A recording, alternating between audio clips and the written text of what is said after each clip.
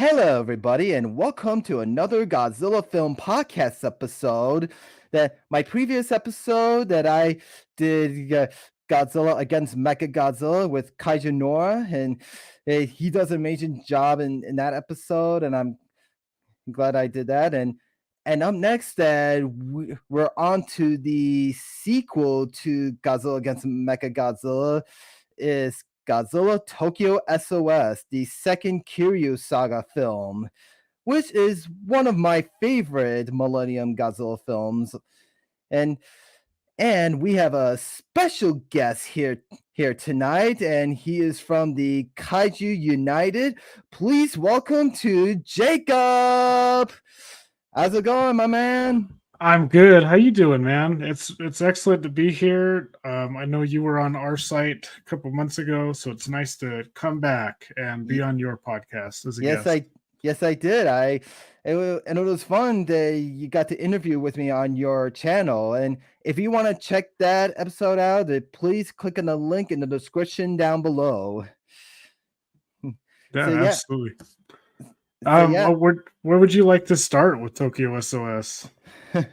Well, I usually do it with my other guests, just to talk about the film, and then first we'll talk about how you discovered this film, and then I'll talk about how I discovered it. So let's start with Sweet. you. So All tell right. me how you discovered this film for the first time. Like, did you discover it on television or you discover it on DVD? It's actually one of my earliest Godzilla memories with this film. Back in 2004, they had these 50th anniversary DVDs that got released to celebrate the 50th anniversary of Godzilla. And a lot of them were Showa films, and then they put out the Millennium films, I think about a year after each movie came out. And in the holiday season of 2005, I got Tokyo SOS on DVD for Christmas. And it's just been a film I've gone back to ever since because I had that on DVD, and I didn't have a lot of the other movies at that time, but I had that one, and it was I just remember watching it all day, every day. That and Godzilla versus Gigan, but we're not here to talk about Gigan. So Yeah, yeah, that's kind of how I discovered it. How did you discover it? I'm glad you asked. I mean, yeah, I remember how I first discovered it. I mean, it's like, well, first, like, is I remember I went to my local movie store in the mall, and I know they have a whole bunch of Godzilla DVD films, and when I saw a box set that has Godzilla versus Mechagodzilla and Son of Godzilla and Tokyo SOS, and when I saw it, the cover of it, I was like, "Is that the new cover for Godzilla against Mechagodzilla?" And believe me, the cover kind of got me confused. That I did not know that this is a sequel to Godzilla against Mechagodzilla. I actually saw Tokyo SOS first too. I discovered Godzilla against Mechagodzilla later on. It's really cool that both of us have that same thing in common. Yeah, because believe me, these films, yeah, when we were kids, I mean, kind of confused us a little, but now we know because it's the direct sequel against Mechagodzilla, and yeah, so I did not buy the film. I mean, and but I really discovered this film a few years like after, and then I discovered it at my local Blockbuster store in my old hometown in Georgia, and so I rented the film at Blockbuster on DVD, and I kind of watched it, and I thought it was like really good. It's like good, better than against Mechagodzilla. Oh, I mean, I love both movies. For a while there, I did like Tokyo SOS a lot more, but now they're about even. But I do think, on a side note, that it's really interesting that it's one of the few Godzilla movies to have a absolute direct sequel, besides like the continuity of the Heisei movies and stuff. Uh, I think the only other time we got that was like Godzilla Rights Again. if you count Godzilla versus Megalon, but that's loose continuity and stuff. But this one's like a real sequel. Yeah. And also, this film kind of follows up to the other Shona kaiju films from the 60s. That's right. Yeah, Yeah. it has War of the Gargantuas is in that canon. A couple Yep. others. As I mentioned in my previous episode with Kaiju Nora and Mothra, that they actually added Mothra in this film too, instead of using stock footage flashbacks. Yeah. And the continuity with that is actually one of my favorite things about the movie. Like some of the photos that they pull out of the office are some of the same photos you see being taken in the original Mothra film. I think that's really smart. Yeah. And it's really a really nice attention to detail and really great directing on Masaki Tezuka's part. Just really appreciated that like minute detail attention. Yeah. Just like movies and stuff. Yeah, they actually used some photo shots from the actual film, but in the next photos, when the grandson was looking at the next photos that what Mothra did to Tokyo, those were actually photoshops from the atomic bomb war. Oh, I didn't know that. Yeah, That's interesting. So no, that was actually a real life Civil War atomic bomb photos from back then. Man, those are some serious photos to use too for a movie. That's pretty intense. Yeah, I'd also like the part where the kids like, is this what Mothra did to Tokyo, Grandpa? And it's like, yes, Mothra attacked Tokyo because some villains kidnapped the fairies. When he says that, it makes me say his name out loud, saying Nelson. Nelson. From the original Mothra. Yeah. I forgot his name was Nelson. Yeah. Yeah. And didn't they bring back the old man and the grandpa in the Tokyo SOS as the original actor from Mothra too, if I recall correctly? Yes, he is from the original and Mothra and as Dr. Chujo. Yeah, and he was also in Mothra versus Godzilla, but in a different character. Oh, yeah. They all have their respective it's like Akira Takarada, for instance. They all kind of took multiple roles within the Toho library. Not the same guys, but different character roles. Yeah. And what was I was gonna say? And yeah, I mean, so the actor who played Chujo, I mean, it was so sad that he passed away a few years ago. I think back in 2015 he passed away. Yeah, I believe so. I don't have that info on me 100% though. Yeah, it was so sad that he died, but we always remember him from the original Mothra. Absolutely, that's a classic. In fact, I just watched the original Mothra a few days ago, and it's a good movie to watch because this always follows up to Tokyo SOS. In fact, I should do a podcast episode about that classic film. Yeah, it was Hiroshi Koizumi. I just had to look it up. I was like, what is that guy's name? One thing I liked about the production, I don't know if we're going to dive into that just yet, but a lot of people don't know that the Kiryu Goji look is kind of the same across the two movies, but it's a different suit. Yes. It's completely built up a new suit from scratch, and it has a scar on it to distinguish it too. Yeah, right here. And yeah, you could tell by there are some lines on the chest thing. And oh yeah, I was talking about Godzilla, but I'm sure there were some differences. Oh wait, you're talking about Kiryu or Kiryu Goji? I'm sorry, but my apologies. Oh, Kiryu Goji. Yeah. Now I thought you talk about Kiryu. I mean, my mistake. I'm so sorry. Sorry. I mean, yeah. So they did make a new suit for Godzilla, and then yes, it looks identical from the last film, except for the chest thing. I just love the chest effect. I mean, because it's almost healing completely. Yeah, and you don't see very many Godzillas that have like scars on them. Like I guess Shin Godzilla is like scarred everywhere and charred and stuff. And Yeah. -1 looks to be like that, but not like a big jaggedy wound, you know. It's something completely different from a lot of Godzilla films, and I think that's rad. Yeah, and uh, and also I would like to talk about Kiryu. Like, I mean, they redesigned Kiryu, but it's like it's that they add more details on the chesting and also has new weapons.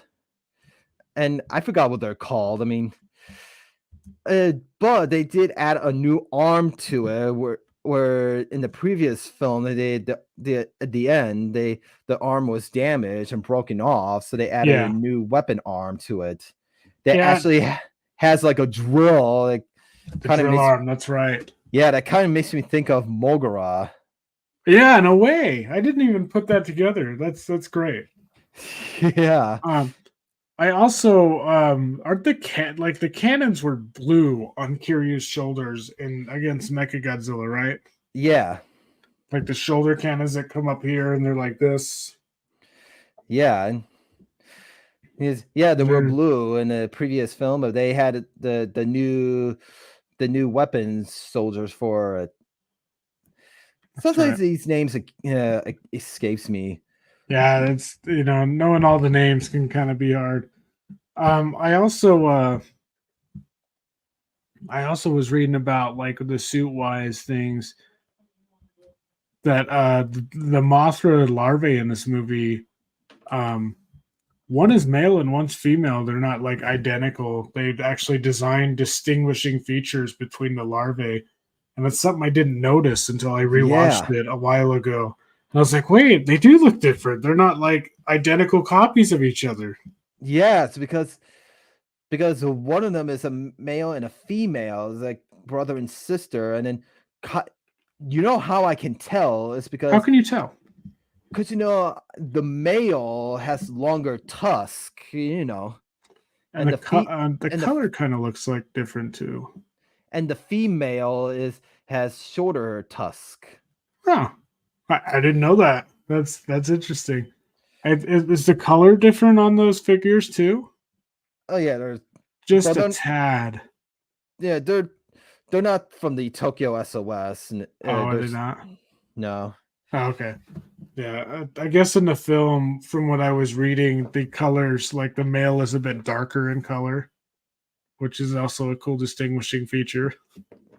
Yeah, and, and also the Mothra lava kind of. I like the part when they put Godzilla in one of their web silk, and kind of like in the original 1964 film. Hmm. Yeah, they're kind of redoing some. They're kind of doing got some Godzilla references from their previous films, and they Yeah, just want to bring them back the styles. right. Another interesting factoid I think most of us are aware of is the Camoebus stuff. Like Camoebus washes ashore, he's dead. Godzilla killed him. Um, at first, it was a prehistoric marine animal that I'm going to butcher the name of. Oh, um, you're talking about the one that washed ashore? yes, Oh, Canibus. yeah, I think Camebus. yeah, who's actually from this kaiju film called Space Amoebas, is it? It's Space Amoeba or Yog, the monster from space. Yeah, and yeah, they actually use an existing kaiju, and this film also follows up Space Amoebas, and Hmm. But originally, it was supposed to be a like a marine reptile, if I recall correctly. yeah, I'm like gonna a mosasaur, yeah, but it starts with an L. I'm gonna butcher this. like Leopleurodon. Yes, that's the one. It was supposed to be that, which is kind Yeah, of neat. yeah, but yeah, they use one idea, but they have other two ideas for it. I mean, they were gonna have Gamera gonna be in this film, but Toho but Diane Films own the rights to Gamera, Hmm. and and they almost gonna have Anguirus. I heard about Anguirus, and then one of the people working on the film was like, dude, the fans would be so mad if that was Yeah. Anguirus. We gotta not do that. And also, I think I forgot in my previous episode that they were gonna have Anguirus gonna be in Godzilla against Mechagodzilla, Oh, I didn't know that. but the Toho decided to hold that and to put Anguirus in a sequel soon. I mean, Mhm. as if we all know what we mean. Yeah. Um, what do you like about the movie the most? Can I ask you a question? Sure, go ahead. Yeah. So, what about the movie like stands out to you, Brendan? What makes you really enjoy Tokyo SOS? Well, yeah, I'm glad you asked that. I mean, ever since I first discovered it, I thought I never watched it that much, and now it's like it's a few years, like 2 years after. I mean, I'm starting to get into a little bit of Tokyo SOS. It's like more of that into than against Mecha Godzilla. And why do you think that is? I know. I just feel like Tokyo SOS is like kind of like the best Millennium Godzilla film. I mean, but then and then a few years. I mean, like as in now. I mean, I think I think 2 years back, and then I think Tokyo SOS is whenever time I watch the film, I think it started making me sleepy a little. I don't know why. I try to keep up. It never happened to me before. I mean, just for the Tokyo SOS film, Interesting. like every time I do a Godzilla Friday night movie night, or should I call it Godzilla marathon movie night, as I watch these Godzilla films in order Hmm. every Friday night. I used to. You would just fall asleep, huh? Yeah. And just some of the boring parts. I mean, but I but I don't fall asleep during the films that much. That's good. They're good films. Uh, All of them. just for some new films that are out today. I mean, yeah, some of them just make me sleepy every time I go to theaters. Gotcha. I really like the score by Michiru Oshima. Oh Um, yeah, and this was her last Godzilla film. They haven't posted the music score for it. yep. Yeah, That this wa- was her third, I think, right? her third one. Her first was versus Megaguirus, then against Mechagodzilla. And now this is her last one, Tokyo SOS. Huh. Yeah, and they just released it on vinyl record too, and it's really great to listen to on vinyl. I believe Mondo or Death Waltz did it, but it already was one of my favorite Godzilla scores. But hearing it on vinyl just completely reignited my love for how wonderful the soundtrack is. Especially the opening theme, like when the jets are chasing Mothra and they hear the Yeah, singing and stuff. yeah. We got to identify object up approach. Who misfire? Yeah, exactly. That's my Norman England impression. And Oh, this is oh, the that was Norman. yeah, that's Nor that was the first appearance of Norman England on in a Godzilla film. I did not know that. That's fun. That's so much fun. Yeah, Um, and and I remember when I saw this film in theaters a few months ago, and that when I saw Norman on the big screen, I said, "Norman." Norman, it's you. Yeah. And Yeah, he's speaking of speaking. movie theaters, I mean, oh, you were gonna say something? Go right ahead. Yeah, speaking of movie theaters, I mean, this film just released in US theaters for a limited time. I think back in the end of March for that Phantom Events released Yep. right like a few months after against Mechagodzilla. I mean, after all, this year it is the 20th anniversary of the film. Yeah, it is, and it's crazy that it's 20 years old. That's gone by too quick. I feel older by saying that.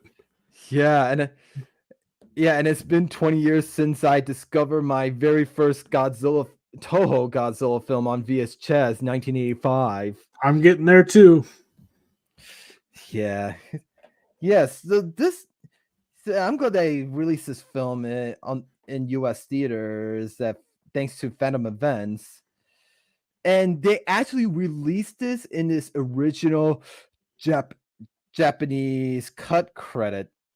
Because I recall that, and that was really cool to see because I'm used to watching the dub version on the DVD. So seeing it as it originally was supposed to be was really exciting. yeah, if you like last year, when they released against Mecha Godzilla, they only have the Blu-ray DVD TriStar version because it has the English credits over the screen. But Hmm. for Tokyo SOS, this time they didn't use the TriStar DVD or Blu-ray version. They just used the original Japanese movie cut version Oh, that made me with so happy. with yeah, with English subtitles. It was a wonderful experience too. It was like revisiting the movie that I grew up watching on the big screen. Because Yeah, some of these flashback like screenings can be hit or miss because sometimes they just pop in a Blu-ray and it sucks. But it yeah, sounds and like this time they got a nice digital print from Toho, and it was really nice to see it. I had a lot of fun. It was yeah, good bringing my and friends. yeah, and is I watched against Mechagodzilla and Tokyo SOS on at my local movie theater by myself. I just I just wish I could have go see these classic films with my buddies from G Fest, but is because I always go to movie theaters to see these classic films by myself, but Right. I'm used to it. I mean, and I'm when I saw this, and the English speaking actors in this film, like the U.S. submarine, they and they yeah when they speak, there's some Japanese subtitles over it. Huh. That's interesting. I didn't know that. Yeah, because it's in the original Japanese print. Yeah. Well, yeah. I guess that makes sense. I didn't think about it that way. Um, And we have a guest in the comments. Hey, Kaiju bro, we have Goji fan 1998, and yeah, there he is. yep, Yeah. you're the Sweet. first. What's up, Nicholas? You're the first guest in the comments, Nick. And in the original script for Godzilla Tokyo SOS, it's Atani Yoshino. I have a hard time pronouncing these Japanese names. Was Yeah, it's all good, supposed to man. have a larger role, but Yomi Kisakuni was going to appear in Sky High 2003 film as prequel to a TV show of some name.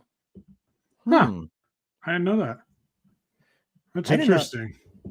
I did not know that either. That's Yes, really cool. I like that movie Sky High. Uh, not not confused with the Disney version of Sky High. It's a different film, and Norman England makes it small. We Yeah, did we just talk about Norman. Yeah, yep, Norman was in this movie, and I didn't realize he was the plane guy. yeah. Have you read his book, Brendan? Yeah, in fact, I actually got two of his books, Oh, you got the other one. The Ring of Fear, and also the Behind the Kaiju Studio book. Oh yeah, that's really interesting reading about the Millennium series and that behind the Kaiju curtain book. Yeah, and also yeah, and the director of this film who directed Against Mechagodzilla, that he also wrote the story of this film. He actually wrote the script and then he just give it to one of the producers. That's cool. Um, I didn't know that either. It's good that you have this info because I'm learning a lot from this stream, and that's really cool. Yeah, and oh, I forgot to mention, and in the cannabis, the one who was washed up ashore, that they didn't use a suit for it. I mean, they just use a prop of it. Right. Yeah, and it looks kind of like a suit. So kudos to the prop makers, man. It looks really nice. Yeah, is and let's talk about the cast. Like, I know we just talked about the guy from the original Mothra who's back in this film is Tujo. Mhm. I also want to talk about his nephew. Oh, who's he played by? Do you have that I on you? I don't know, but I'll pull it up. but wait right there. I have something I want to show you. And Okay, show me.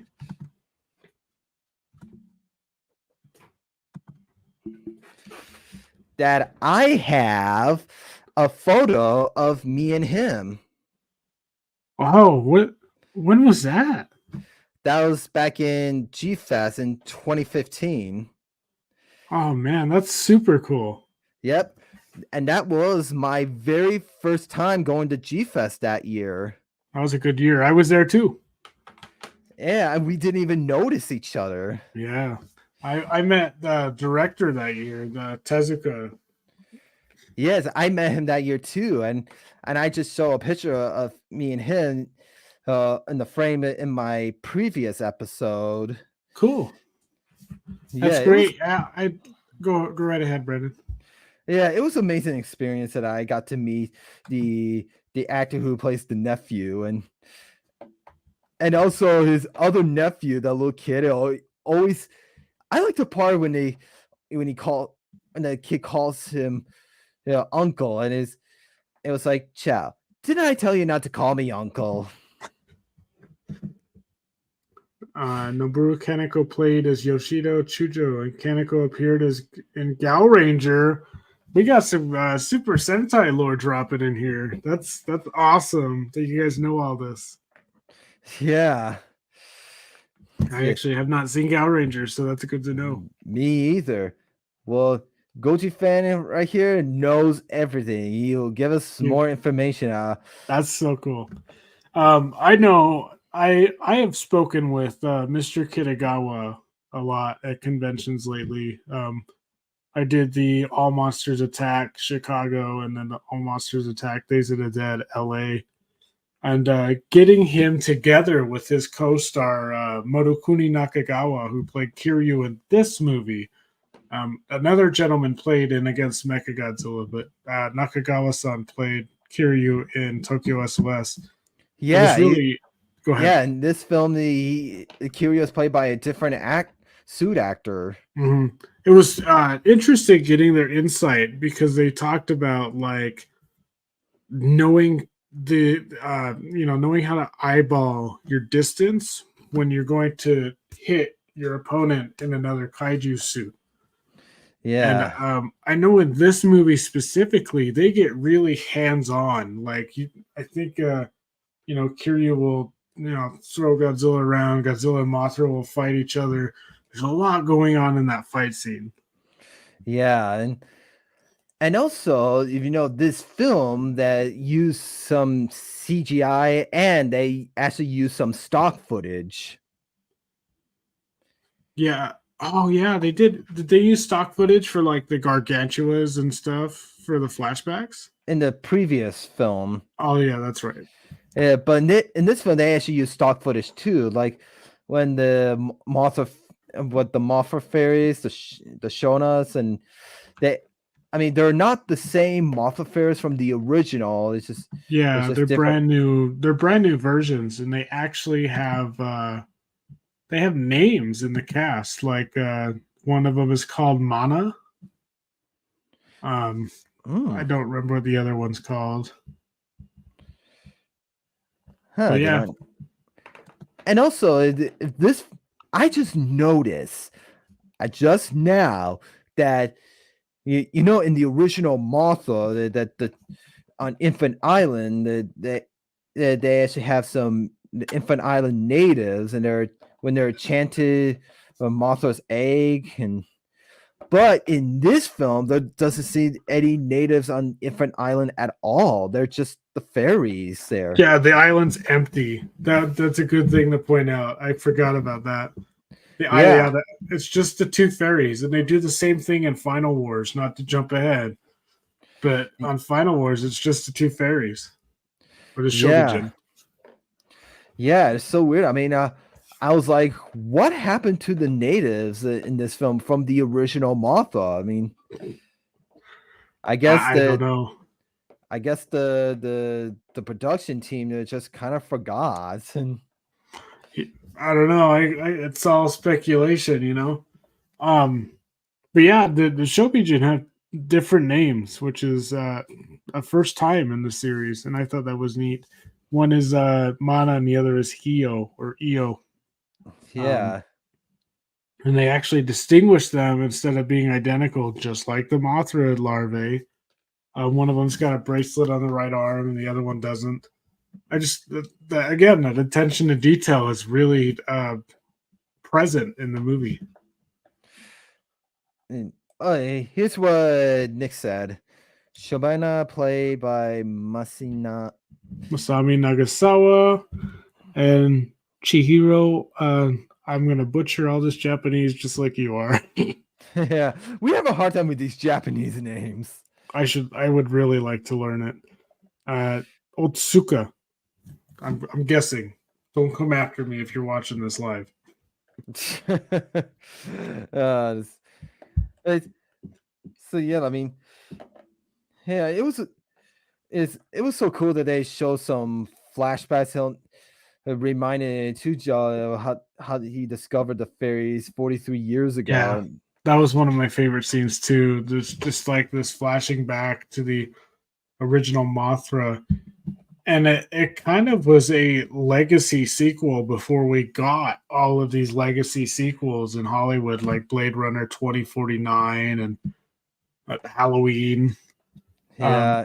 it kind of did that before we did it, and that's cool.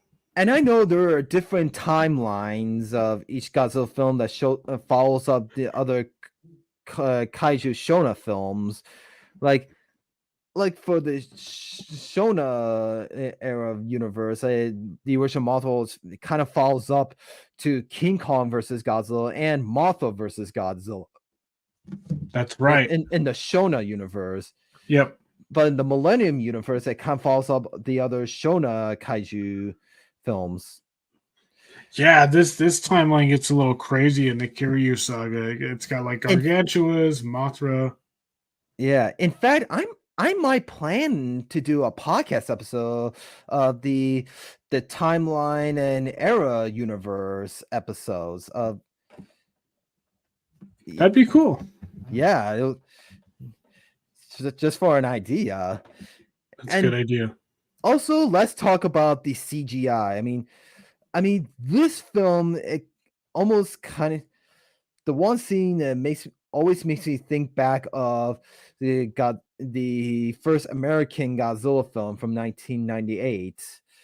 I mean, you know the one scene when Zilla is swimming in the river with the submarines, and well, in this film, it kind of does the same thing to in this film a little bit with That's Godzilla, right. with the missiles hitting Godzilla in the ocean when he's swimming. And that Also, yeah, that shots in all the DVD commercials too. I don't know if anyone watching or listening remembers this, yeah, but it was like now for the first time on DVD, and it goes through all the Godzilla yeah, movies. And there's that I shot of him remember going that. under and getting hit by the missiles next to the submarines. Yeah, and also that one scene when Godzilla destroys the U.S. submarine, that's kind of kind of a references to the American version, Yeah, and also, did you know there are some few seconds, 1 second stock footage scenes in that part? with the submarines. Yeah, in the explosion inside, they use a second stock footage scene from Godzilla, the Return of Godzilla, aka Godzilla 1985. Did not know that When at all. Yep, when Godzilla destroys the Russian submarine. That's crazy. I didn't know that. Yeah, So because I fun. recognized it because of the That's way too fun. I like you guys are just flooring me with all this knowledge and stuff. It's really, really yeah. exciting. and also they. Oh, I forgot to mention. Yeah, and you know that the one scene. I mean, oh, I lost my train of thought of what I was gonna say. All good. It happens, man. Um, I can bring something up if you'd like. Oh yeah. Oh, I remember now. Okay. And did you know there was a stock footage scene that when the U.S. Navy when the Navy was trying to find Godzilla and then when the plane flies. I mean, that was actually stock footage from Godzilla versus the Destroyer. I didn't know that. I love you named up in that Cinemassacre pronunciation, huh? Yeah, the Destroyer. What's Good. up? There you go. Yeah, I actually did that in my Godzilla vs. Destroyer podcast episode. Nice. What's up with that post-credit scene where there's like the canisters of the DNA labeled and stuff? You know, I am glad you brought that up. I know what you mean. I believe me. I mean, right? People thought this was going to be the last Godzilla film, but people thought it was right after Kiryu drove Godzilla into the trench. Mm-hmm. That right after the credits, it shows a DNA sample of Godzilla, and they kept it in a freezer tank. I mean, but did you know this tank also follows up other DNAs of other kaiju's? I did. Yeah, Go it ahead. also includes one of the classic monsters, and that Varan was in Varan's DNA was in the tank. It also falls along with Ebora, my favorite kaiju, It's a good choice. and also along with Gaira and some other kaijus too, and that's all I know. And Gaira, he is also a stock footage from against Mega Godzilla, but he's in this one too. But his DNA in the tank. Yep. Yeah, it's like just what Nicholas just said right there. Yep. That we know. No, we know of. And there's supposedly there's 2 more canisters, if Wikizilla's right. 2 original yet unseen monsters dubbed Tezuka and Futami, that we just have never seen before, and they just label them, which would be interesting to see if that ever happens. And also, Nick says there's a lot scripts ideas was submitted to Masaki to not Masaki like after read them. So they found some are boring and remind him of Godzilla versus Space Godzilla. So Tanaka wrote his own. Yeah, Wow. and in fact, I think I just mentioned that the director wrote the script and he just Yep. gave it to the producer. I remember that. Yeah, he did write the screenplay. He was like the writer and director. This was like one of the Millennium series was really good in my opinion because it had a lot of director focused movies. It was a vision that the director wanted. Of course, movie studios like to give notes back. Like GMK, for example, infamously was supposed to have Varan, Baragon, and Anguirus, and the studio said, "No way, Jose." Yeah. But stylistically and with the writing and stuff, aside from those notes, they get back and just kind of little things the studio wants. A lot of these Millennium films were, here you go. What do you want to do with Godzilla? Yeah. And also, like, I want to talk about the new cast for it. We just talked about the original guy from Mothra and his nephew and his grandson, and And also, like, I want I want to talk about some of the other new casts. I mean, like the new woman, the new Kiryu squad Yeah, woman who's played by Mayo Yoshi. I couldn't pronounce her name, I hear she is actually a real live model. yeah. A lot of these actresses in Japan started out as models. Like Mana, the Shobijin, was played by Masami Nakasawa, who was a model. And then Yeah, you had, of course, the returning Yumiko Shaku was also a Japanese model before this film.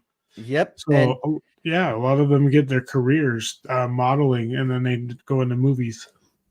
yeah, and then her character, yeah, am I like the one you just mentioned? I mean, she doesn't get that much roles in this one.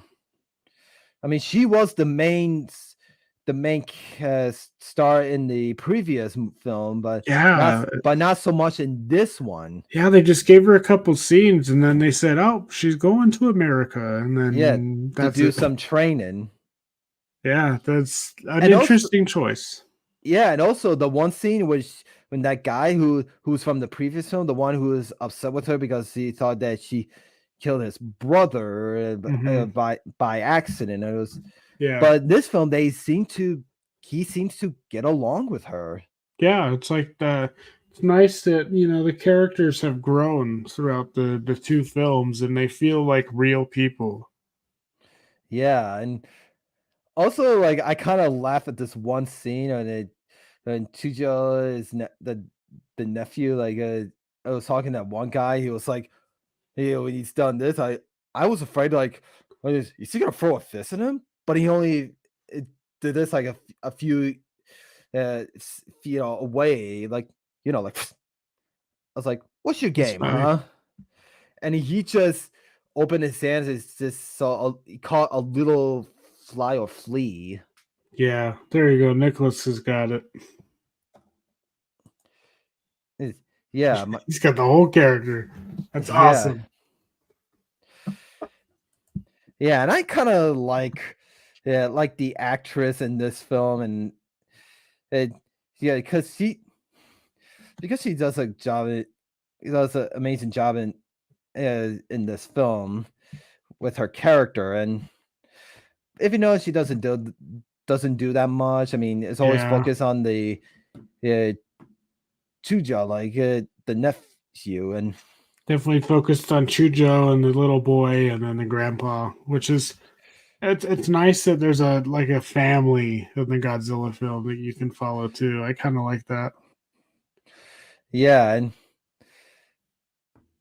yeah, I like the part when Anami was bonded to Kiryu one last time before she left for America. That was a good scene. It was nice to follow up everything they've been through in that first movie with that little nice emotional moment And right also before.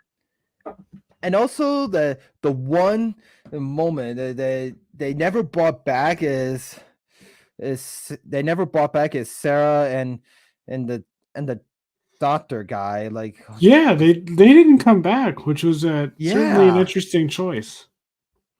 Yeah, they never bring back those guy those people, and I was like in the previous film that the doctor always hits on Anami. Yeah, he was hitting on her and then try to get her, try to buy her dinner, and Yeah, but we learned that after the credits that she lost that she'll have to buy them dinner. I feel yeah. like I guess it that didn't work out or something, man. I don't know. yeah, and I know I never found this in any research on how why they didn't bring back and what or whatever happened to them. I don't know. That's a great mystery that maybe Yeah, one day we can answer. yeah, but like other Godzilla films, they need to focus on new characters. Yeah, they always get it. It's almost like like Doctor Who, I guess, is an example that comes to mind. Like each new Doctor has a new cast, new companions. Each Godzilla film in the Millennium series, especially, but most Godzilla films, unless you're the Heisei continuity, they always reset after each one, even though this is a direct sequel to Against Mechagodzilla. We got a whole different cast. Yeah, especially the Heisei era. Every Heisei era always follows up the sequel. I mean, they always have the same character, like Miki Sagusa. Yep. Or Anna. Yeah. You're right, Nicholas. Yeah, this is the last Godzilla film so far that shares continuity with the original 54. It's the last time they did that. Actually, maybe it's Final Wars, but it could be Tokyo SOS. I can't remember. Because I think in Final Wars, they said Godzilla showed up in 54, and then it was a different, the design's different and stuff. Yeah. But, and go ahead. So I want to talk about this amazing part. I mean, I know the fight scene of Godzilla and Mothra. I mean, I know this movie shares a different timeline and universe, and that this film always follows up the original Mothra and the original 1954 Godzilla. I mean, but this Mothra was from the original, but it's not the same model or prop. They just redesigned it, but the guy who designed Mothra for this, who's the same guy who designed the other Mothra props from Rebirth of Mothra. Oh, interesting. Yeah. And yeah, that was Shinichiro Akasa, if I recall correctly. Yep. And also the special effects director for this film, he's also the special effects director for Godzilla vs. Megalon. No, I didn't know that. That is strangely interesting because they're 30 years apart. Yeah. But anyway, what I was really going to mention that I know that in the Shona era universe, that the original Mothra always follows up King Kong versus Godzilla and Mothra versus Godzilla. I mean, it is the same. The Mothra in Mothra versus Godzilla from 1964 is the same Mothra from the original, but in this film, she died from Godzilla. Yeah. That she died laying her wing on her egg. But that was like the Shona universe. But in this Millennium era timeline universe, but it is the same Mothra from the original. But in Tokyo SOS, this is Mothra's first time fighting Godzilla. Yeah. In this film. Yep. It's the first time Mothra faces Godzilla in this universe, as far as we know, and that's super fascinating. That they went with Gargantuas and all these other movies, but they only associate 54 with Godzilla's timeline. Yeah. Also, thank you, Nicholas, for clarifying that Final Wars thing. Yep. And also they also use some scene references from Godzilla versus Mothra, the Heisei version, and when Mothra spread her glitter power on Godzilla, and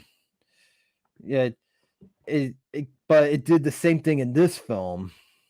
Yeah, and I think the way they worded it was that she was throwing her scales off of her. When she lost all her scales, she faded in color, started graying out, and that's when she kicks the bucket. So she was like unleashing her scales, which is interesting, given how she's a fuzzy moth creature. But I don't know, interesting.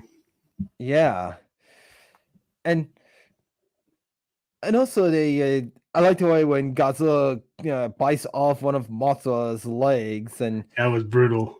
Yeah, this grossly crunch sound. Yeah, it's like oh man, that's kind of violent. I was like, dang. Yeah, Godzilla actually bites off the leg. It comes right off. Severs it. something that Yeah. never happens in the other Godzilla versus Mothra films. No, that's stuff you'd see in like Ultraman where they'd like rip off arms and legs and stuff. Yeah, and like Ultraman or rips off the Gyrus's fins. Stuff like that. Yep, Nicholas. They kind of remade Mothra versus Godzilla a bit with the adult passing away and then the two larvae facing Godzilla and defeating him with the silk. Yeah, and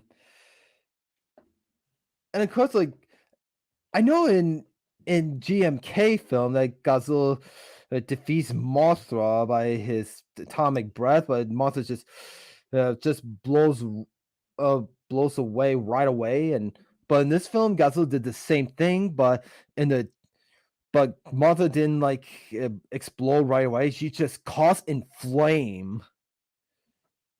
It's caught on fire. Yeah, like burn, Mothra, burn.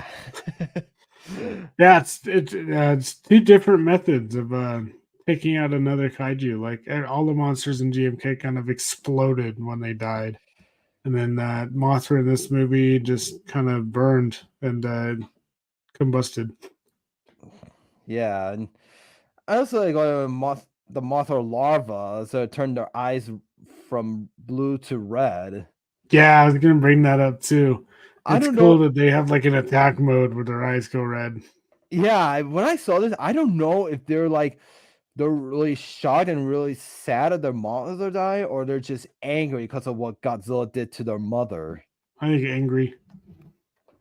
Yeah, That's my head canon. right, and also like the Tokyo Capitol building, it gets destroyed again. I mean, but in many years since 1954.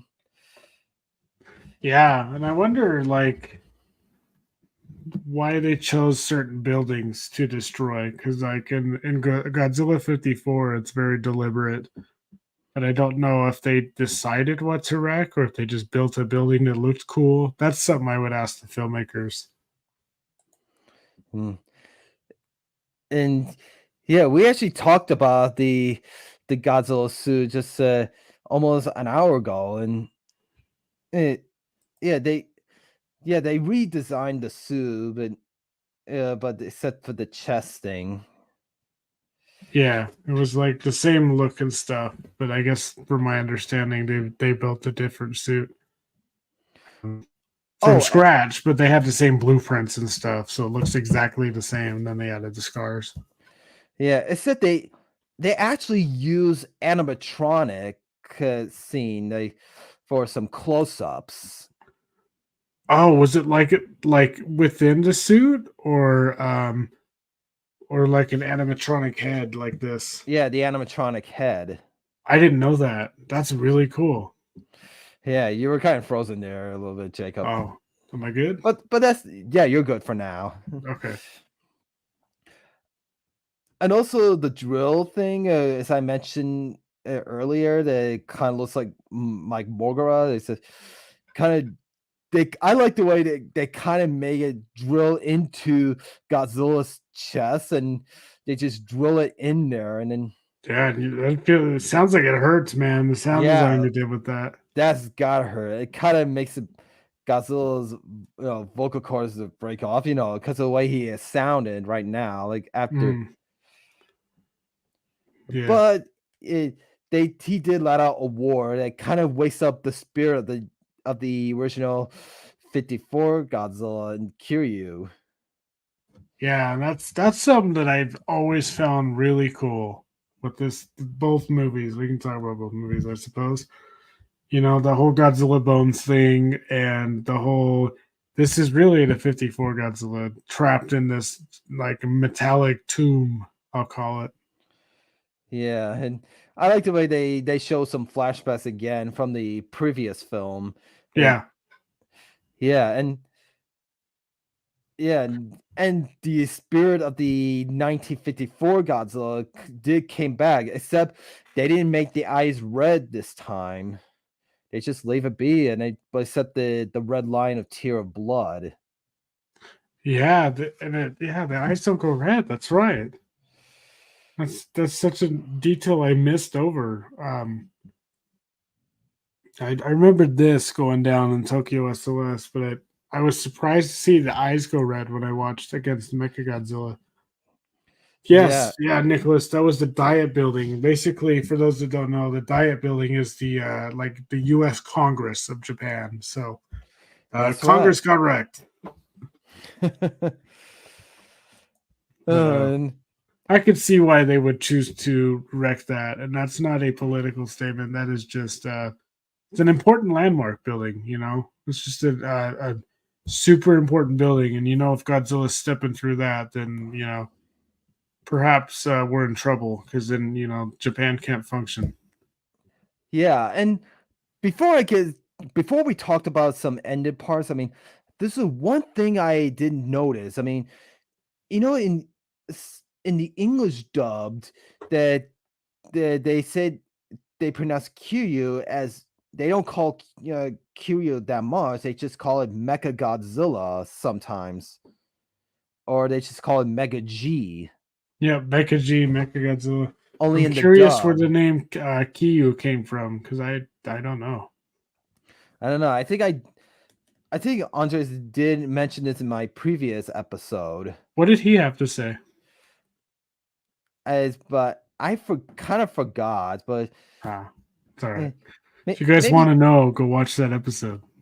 yeah, mission, yeah, yeah. So it's just even some of the English subtitles they call it Mecha Godzilla. Hmm.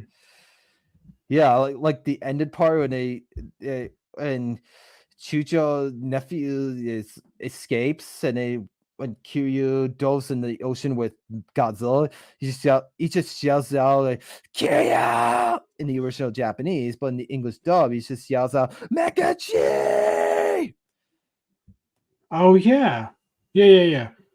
Um, Man, I thought it was the other way around, but you're right, and it's more Mecha Godzilla in the dub, but they refer to it as Kyu a lot in the Japanese cuts, especially in Tokyo SOS.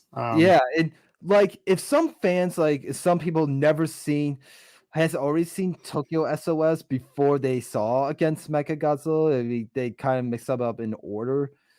If the after they saw Tokyo SOS, they know it's called Mechagodzilla. But if they watch against Mechagodzilla next, like to mix up with the orders, they get confused of what the why did they people get confused saying why did he keep calling Mechagodzilla Kiryu? Yeah, doesn't Kiryu mean like dragon or something? Does I anybody know? don't Anybody in know. the audience? Kiryu is like a dragon or something? Yeah, there you go.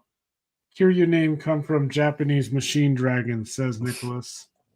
Knew there was someone out there. Of course, it's Yeah. Nicholas. Yeah, I was like, "I'm not doing anything."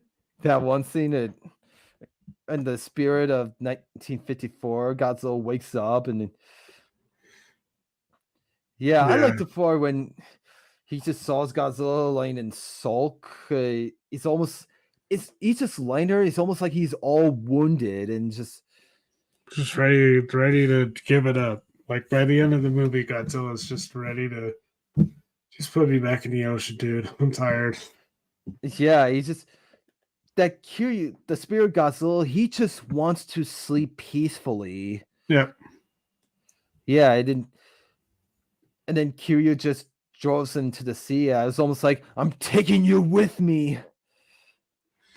And then Godzilla's bones are returned to the sea. Godzilla's returned to the sea, and nothing happens ever again. We all live happily ever after.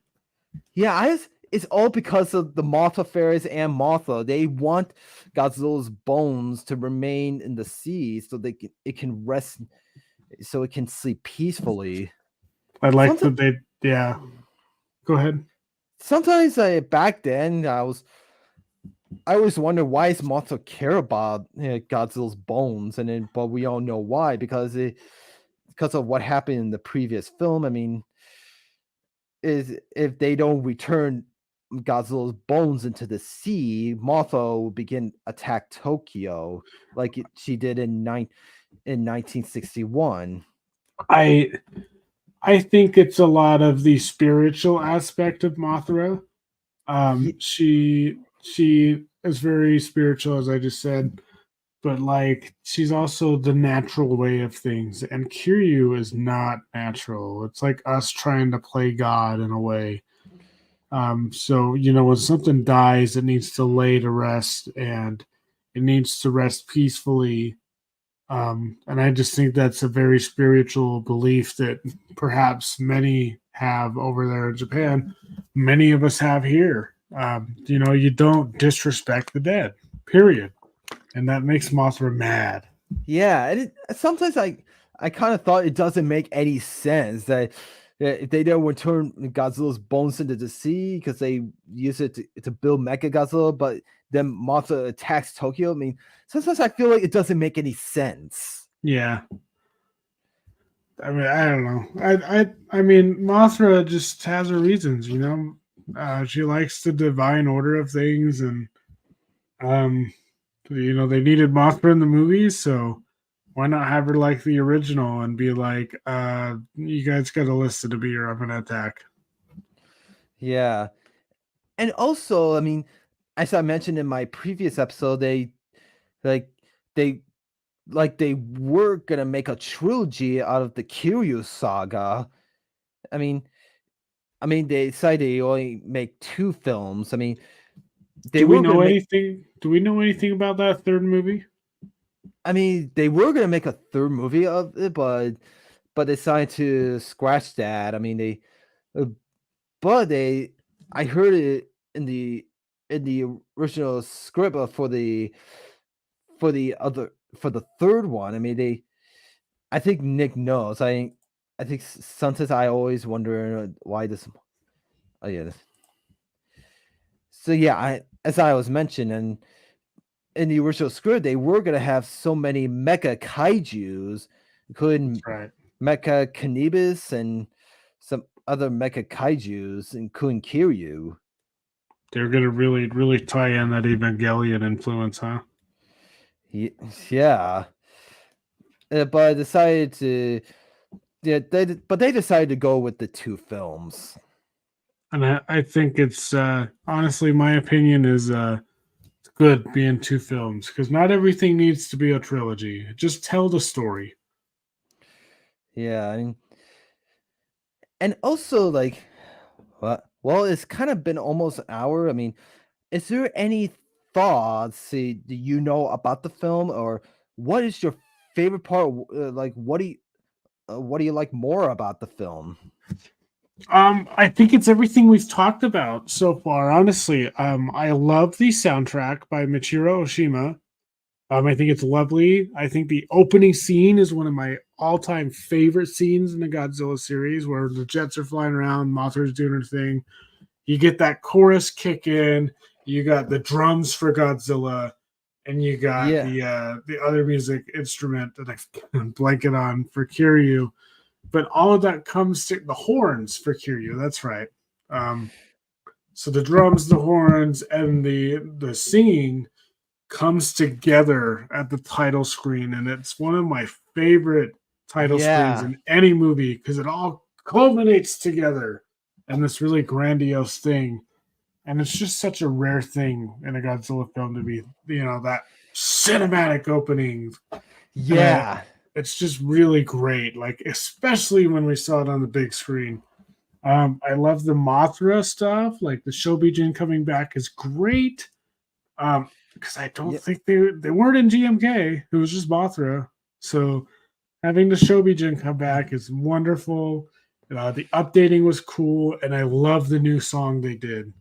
It's yep, like and very this serious. yeah, and this was the Shona the Monster Fairies actually their first appearance in a Millennium era film. Yep, because they weren't in GMK. Nope.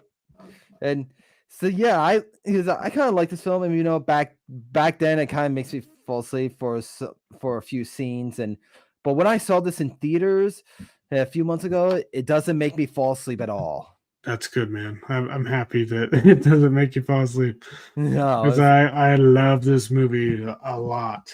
I've always loved it. I will talk about it any time of the week. I think it's great, and I do love Against Mechagodzilla just as much.